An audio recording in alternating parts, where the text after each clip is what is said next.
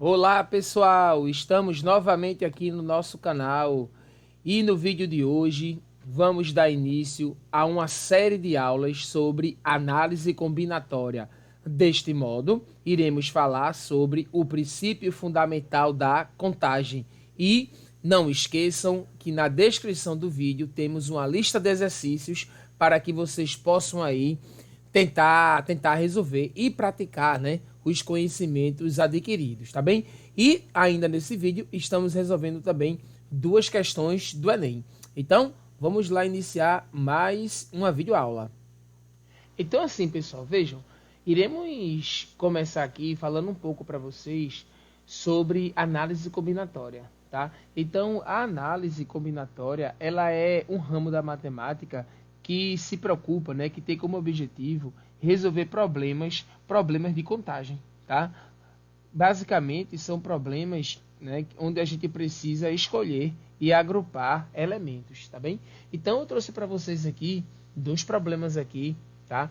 Para ilustrar o que eu estou dizendo para vocês. Vejam, então aqui nesse primeiro problema a gente tem, com os dígitos 1, 2 e 3, quantos números com dois algarismos podemos formar? Então, pessoal, observem que para formar números com dois algarismos aqui nessa primeira situação é muito simples, né? A gente pode escrevê-los aqui e depois contar quantos tem. Então ele não informou aqui, ele não disse nada se os algarismos podem se repetir ou não. Então vamos contar aqui, ó. Nós podemos formar aqui o número 11, podemos formar aqui o 12, o 13. Então podemos formar também aqui o 21, o 22, o 23 e também podemos formar o 31, o 32 e o 33, tá? Então, quando ele pergunta aqui, né, quantos números com dois algarismos podemos formar, basta agora aqui a gente contar, né? Então, aqui a gente tem 9 números com dois algarismos, certo, pessoal? Então, vocês observam aqui que nesse primeiro problema aqui é muito simples da gente resolver, porque a gente tem aqui uma quantidade pequena de números, tá bom? Então, nessa parte introdutória da análise combinatória, vamos trabalhar aqui com a ferramenta que é chamada de princípio fundamental da contagem, ou princípio multiplicativo, que é uma ferramenta que nos dá a possibilidade de contar a quantidade de elementos de um conjunto, sem precisar ter que descrevê-los. Tá bem? Então, aqui nesse primeiro exemplo, eu só consegui dizer quantos tinham aqui, porque antes eu descrevi quem são os elementos aqui desse meu primeiro conjunto, né? Que são os números com dois algarismos, tá bem? Então, é importante trazer aqui para vocês que, nesse segundo problema, tem assim, num baile há 12 moças e 8 rapazes. Quantos casais podem ser formados? Então, vejam que aqui eu tenho que formar aqui par de pessoas, né? Uma moça e um rapaz, uma moça e um rapaz. Como a quantidade de moças e a quantidade de rapazes não é pequena, então a gente vai ter que formar aqui muitos casais. Então, se a gente fosse utilizar o mesmo princípio da primeira questão, a gente ia sofrer um pouco, porque isso ia dar aqui muitos pares, né? Isso ia dar muitos casais. A gente ia ter que enumerar todos eles, fazer aí uma árvore de possibilidades, para depois contar todos. Mas, com o princípio fundamental da contagem, a gente não precisa fazer isso, não precisa descrever os elementos do conjunto, porque o princípio fundamental da contagem, nessa ferramenta importante aqui da análise combinatória, diz assim, ó, que se uma decisão A pode ser tomada de X maneiras diferentes, e se, uma vez tomada a decisão a decisão B puder ser tomada de Y maneiras, também diferentes, né? Então, o número de maneiras de se tomarem as decisões A e B é X vezes Y, certo? Então, tem um vezes aqui no meio. Então, gente, ele está dizendo aqui, ó, que se eu tenho duas ou mais, né, decisões a serem tomadas, e uma decisão eu posso tomar ela de X maneiras e a segunda decisão de Y maneiras, então, total de possibilidades de tomar decisões A e B é X vezes Y. Então, observa, galera, nessa primeira situação aqui, aplicando o princípio fundamental da contagem, a gente consegue aqui resolver rapidamente. Então, vejam, o que é que eu quero fazer? Eu quero formar números com com dois algarismos. Então, observem que, se eu quero dois algarismos, eu tenho duas decisões para tomar. Quem é que vai ser o meu primeiro algarismo? Coloca aqui, ó, quem é que vai ser o meu primeiro algarismo e quem é que vai ser o meu segundo algarismo. Não é verdade? Então eu tenho que escolher aqui quem é que vai ser o meu primeiro e quem é que vai ser o meu segundo. Então o meu primeiro algarismo pode ser qualquer um desses três aqui. Pode ser um, o dois ou três. Então eu tenho três possibilidades. Para escolher o segundo algarismo, né, que vai formar aí o meu número, eu também posso escolher dentro desse conjunto, né? Um, dois ou três aqui, ó. Então eu também tenho três possibilidades. Então, de acordo com o princípio fundamental da contagem, se eu posso tomar uma decisão aqui, ó, né, tenho três maneiras de tomar uma decisão e três maneiras de tomar uma outra decisão, o total de possibilidades que eu vou ter aqui, nesse caso, é 3 vezes 3. Ou seja, a gente vai formar aqui 9 números com 2 algarismos.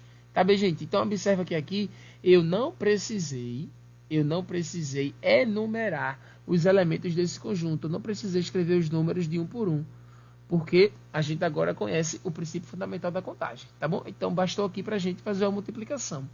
Então, dessa mesma forma, eu posso resolver essa segunda questão, porque ele diz ó, que no baile há 12 moças e 8 rapazes.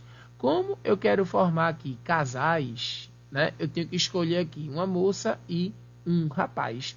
Então, aqui eu tenho duas decisões para tomar. Quem vai ser a moça e quem vai ser o rapaz, não é verdade? Então, colocando aqui para vocês, ó. Então, a moça, eu posso escolher aqui de um total de 12 moças e os rapazes eu posso escolher de um total de 8. Então, para formar esse casal aí, com a moça e um rapaz, eu vou fazer isso aí com um total de 12 vezes 8, né, que é igual a 96 casais. Então, como eu disse para vocês, né, ficando atento aí ao princípio fundamental da contagem, ele é uma ferramenta, né, que nos dá o total de possibilidades, o total de elementos de um conjunto, tá, de combinações possíveis, sem precisar a gente tá aí descrevendo quem são os elementos desse conjunto, tá bem? Então veja, eu vou trazer para vocês agora algumas questões do Enem aqui para contextualizar um pouco mais esse princípio, tá bem? Então aqui está a nossa questão do Enem 2022 e ela diz o seguinte: um diretor esportivo organiza o campeonato, no qual haverá disputa de times em turno e retorno. Isto é, cada time jogará 2 vezes com todos os outros, totalizando 380 partidas a serem disputadas. A quantidade de times X que faz parte desse campeonato pode ser calculada pela equação. Então, vê, galera, é importante a gente frisar aqui, né, que para a gente saber a quantidade de jogos, isso é obviamente vai depender aqui da quantidade de times que nós temos, tá? Então, só para ilustrar para vocês aqui, vamos dizer que a quantidade de times, vou pegar aqui a quantidade 3, tá? Então, vamos dizer aqui que eu só tenho 3 times. Times A, B e C. Então, como eles estão jogando entre si aqui em turno e retorno, então no primeiro turno aqui, a gente vai ter aqui A jogando com B, não é? A jogando com C. Vamos ter também aqui B jogando com A. Vamos ter aqui também B jogando com C. E vamos ter também aqui C jogando com A e C jogando com B, tá?